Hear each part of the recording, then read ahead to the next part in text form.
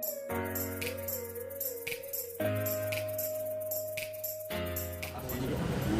ini saya selesai bikin laporan dan sudah benar, sudah katanya sudah ada ya. Saya didampingi kuasa hukum, ini Pak Jajang dan Ibu Fani, sudah semua tim dari HJPNKO.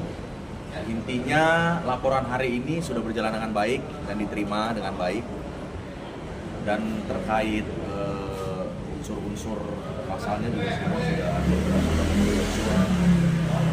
Ya intinya ini sesuai dengan harapan kami lah. Tadi diterima dari Tirpidum. Direktorat Tindak Pidana Umum. Yes. Apa aja bukti yang disampaikan tadi ke penyidik? Ya. Rekan-rekan media semuanya, terima kasih buat masih sabar untuk menunggu kita di sini.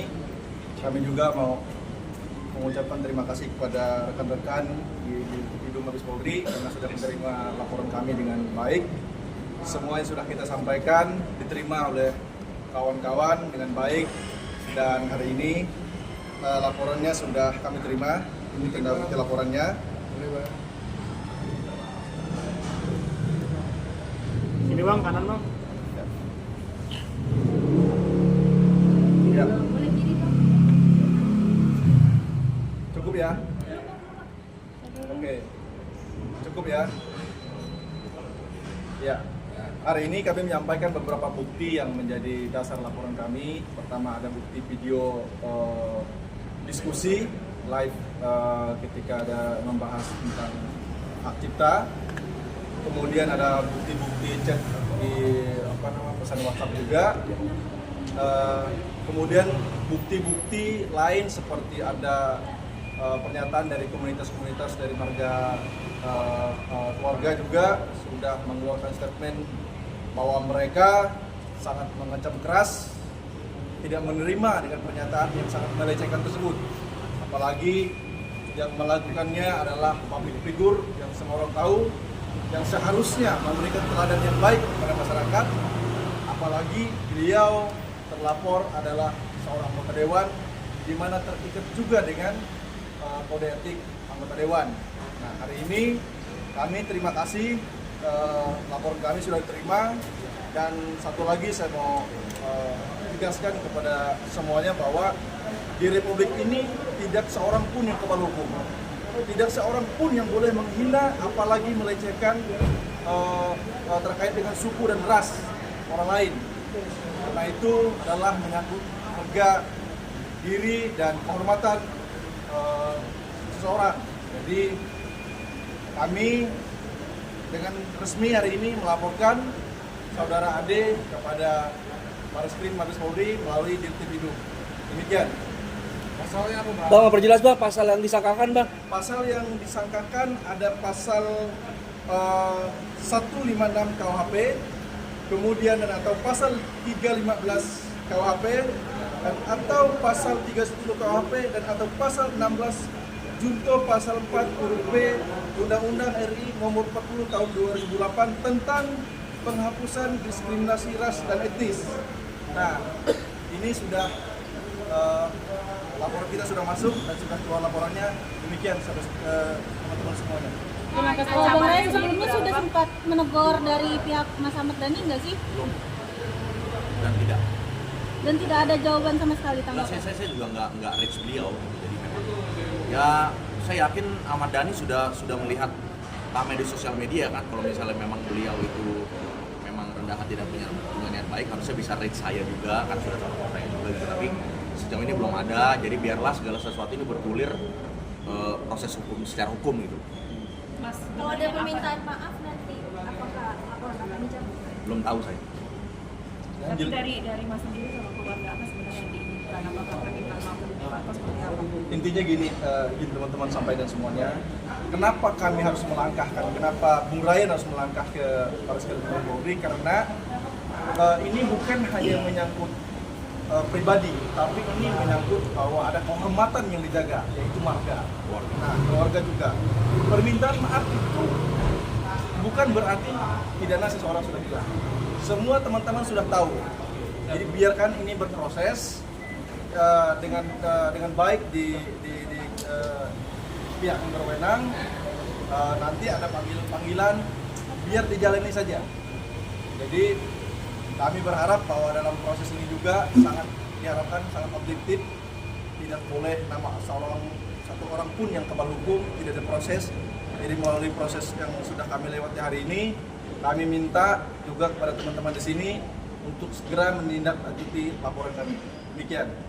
Bang, mungkin sebelum adanya laporan ini sempat melakukan somasi juga nggak sih ke pihak Ahmad Dhani? Oh, kita nggak pernah melakukan somasi apapun, karena sebetulnya ini kan sudah melalui Sudah bergulir. Jadi sudah sebenarnya bergulir kan. apa yang saya posting di sosial media saya itu sebenarnya sudah menjadi bagian dari bentuk somasi sebenarnya. Gitu. Kalau misalnya memang ada niat baik seperti yang saya sampaikan tadi, ketika postingan atau konten itu muncul di FYP kita gitu, apalagi di Ahmad Dhani, harusnya dia bisa melihat bahwa oh ini berarti gua harus melakukan sesuatu, saya harus melakukan sesuatu. Ternyata kan enggak gitu. Jadi saya juga mau sampaikan gini teman-teman, ramai di sosial media tuh narasi mengenai Ade katanya punya imunitas karena dia pejabat. Terus katanya karena dia dengan kekuasaan katanya lo sia-sialah. Kita mau buktikan sama-sama di sini, dan Barreskrim juga hari ini juga Polri membuktikan bahwa tidak ada satu orang pun yang punya imunitas terhadap hukum, gitu ya. Apalagi seorang Ahmad Dhani gitu. Jadi ini hanya jadi mitos teman-teman. Itu dengan bukti bahwa laporan kami diterima tuh dengan bukti bahwa semua diperlakukan sama di mata hukum, gitu ya.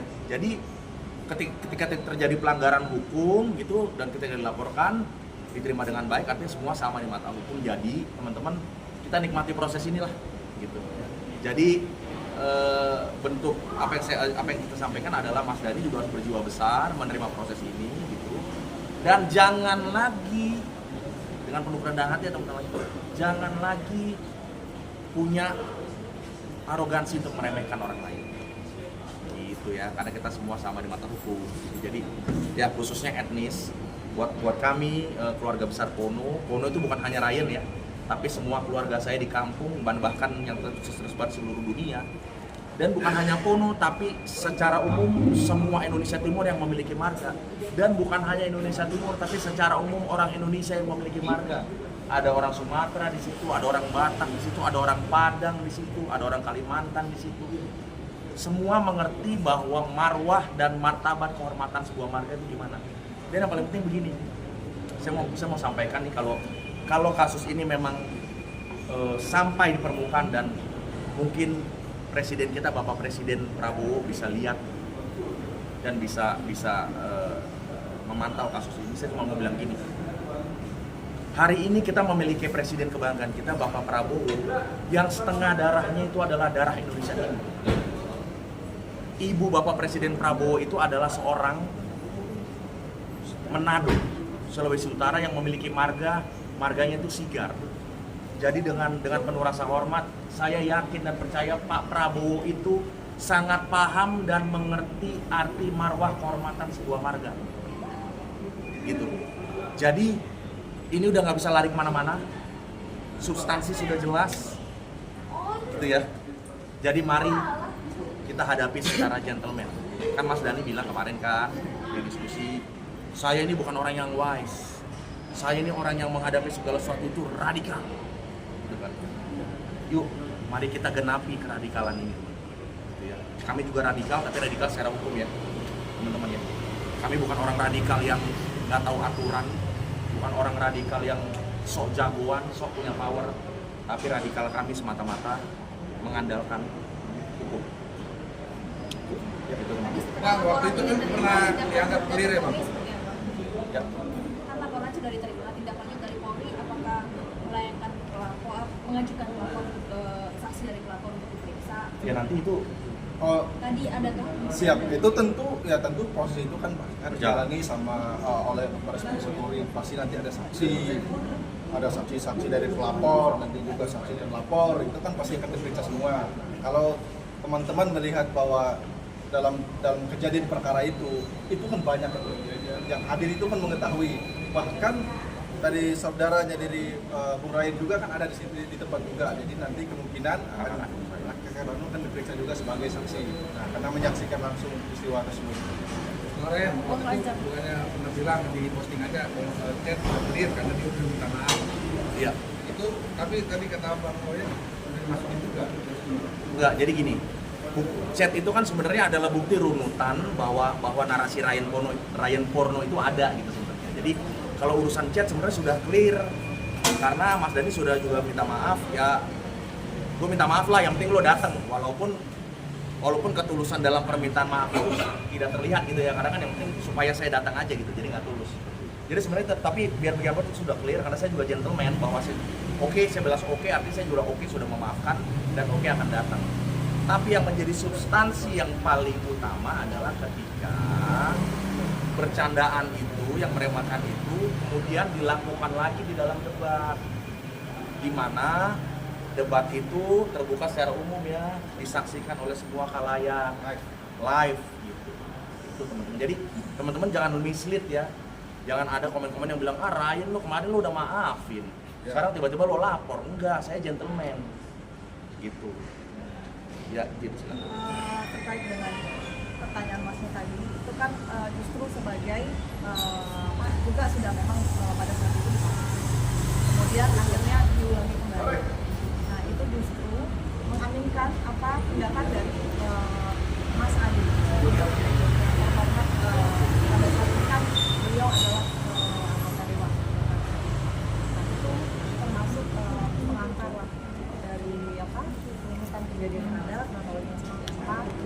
Kemudian kalau yang kita laporkan itu kan khususnya pada peristiwa memang adanya penyerangan secara pribadi dengan narasi yang negatif dari pihak Pak Adi sendiri. Mas Abi akan lapor ke MKD nggak Bang? Jadi gini, izin teman-teman ya.